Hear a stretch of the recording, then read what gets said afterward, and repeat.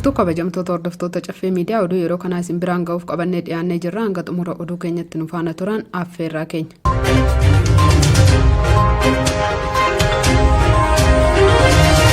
Baatii kurnan darban galii birrii biiliyoona 425 caalu walitti qabamuusaa ministeerri galiiwwanii beeksise. Bara baajataa 2016tti baatii kurnan darban galii birrii biiliyoona 425 caalu walitti qabamuusaa ministeerri galiiwwanii Aynaalem Nugusee ibsan. Ministeerittiin ibsa miidiyaaleef kennaniin bara baajataa kanatti birrii biiliyoona 529 walitti qabuuf karoorfamee hojjetamaa akka jiru ibsanii raawwinsaas akka yaadametti deemaa jira jedhaniiru. Aadaa qaraxaa fi taaksii fedhiin kaffaluu guddisuun tajaajila dijitaalaa guddisuu, haqa qabeessummaa, bulchiinsa taaksii fi gumurukii mirkaneessuu fi tarsiimoowwan biroon hojjetamaa akka jiru eeraniiru. Baatiiwwan eeblaa waggaa waggaan galiin olaanaan kan itti sassaabamu yoo ta'u, taaksiin biyya keessa fi qaraxaa fi taaksii alarraa birrii biiliyoona 51.51 walitti qabuuf karoorfame birrii biiliyoona 51.7 walitti qabamuu dubbataniiru. Kan waggaa darbee waliin wayita wal bira qabamu caalmaa birrii biiliyoona 4.91 akka qabu ministeerittiin ibsaniiru. Walumaa gala baatiiwwan kurnan darban birrii biiliyoona 442.85 walitti qabuuf karoorfame birrii biiliyoona 425.85 walitti qabamuu himaniiru. Kan waggaa darbee yeroo wal fakkaataa waliin wal bira qabame yoo ilaalamu raawwinsaa caalmaa birrii biiliyoona 54.77 yookiin 14% akka qabu ibsaniiru. Galii waliigalaa walitti qabame keessaa qorni taaksii biyya keessaa birrii biiliyoona 271.36 yoo ta'u, birrii biiliyoona 153.9 ammoo qaraxaa fi taaksii daldala alaarraa kan walitti qabameedha jedhan. Gama biraatiin baatiilee kurnan darban birrii biiliyoona 49.14 naannoleef kan dabarfame yoo ta'u, yeroo wal fakkaataa bara darbee waliin yoo wal biratti ilaalamu caalmaa birrii biiliyoona 10.44 akka qabaatu eeraniiru.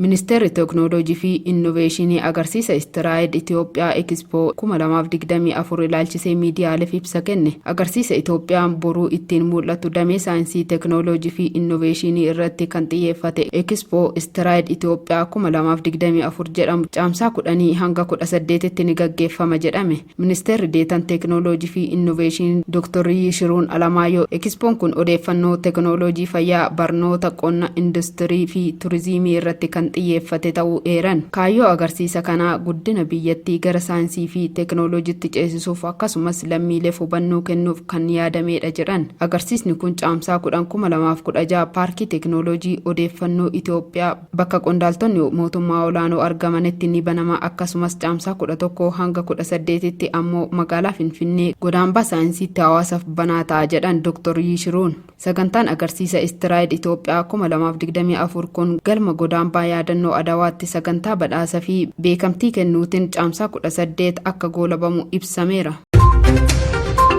Itti aanaan ministeera muummee Tamasgeen Xurunaa zoonii diinagdee bilisaa Azabaarjaan Aalaat jedhamu daawwataniiru. Itti aanaan ministeera muummee Tamasgeen Xurunaa fi jilli isaanii zoonii diinagdee bilisaa Azabaarjaan Aalaat jedhamu daawwataniiru. Itti aanaan ministeera muummee ergaa fuula maastariitii isaanii irratti barreessaniin zoonii diinagdee bilisaa Aalaat sagantaalee diinagdee mootummaa Azabaarjaan keessatti guddaa ta'e daawwanneerra jedhan. Zooniin diinagdee bilisaa Aalaat jedhamu sagantaalee diinagdee mootummaa Azabaarjaan keessatti isa tokkoo fi isa olaanaa yoo ta'u, oomishaalee bakka bu'anii fi gabaa idil addunyaaf dhiyaatan qulqullinaa fi baay'inaan kan itti qophaa'an akka ta'e himaniiru. Zoonii diinagdee kana keessatti dureeyyii industirii oomishaaf iddoo hojii gaarii uumuu, karaa beekumsaan guutameen bu'aa itti dabaluun oomishaa fi teknooloojiiwwan kalaqaman fayyadamuun qulqullinaan oomishuun dorgomaa ta'anii gabaa alaaf akka dhiyaatan himameera. Akka itti aanaan ministeera muummee jedhanitti as jabaaran irra darbee zoonii diinagdee bilisaa wiirtuu investimentii qaxanichaa jedhamee beekamu akka muuxannoo guddaatti fudhanneerra jedhan. Sibannaa fi ibsa bakka kanarraa nuuf taasifameef durataa zoonii daandichaa Vaalaan Aalaas Goriifii fi miiltota isaanii galateeffachuu barbaanna jedhan. Hariiroo isaanii cimsuu fi muuxannoowwan gaarii fudhachuun Itoophiyaan damee kanaan waan irraa eegamu hordofii barbaachisu ni taasifna jedhaniiru.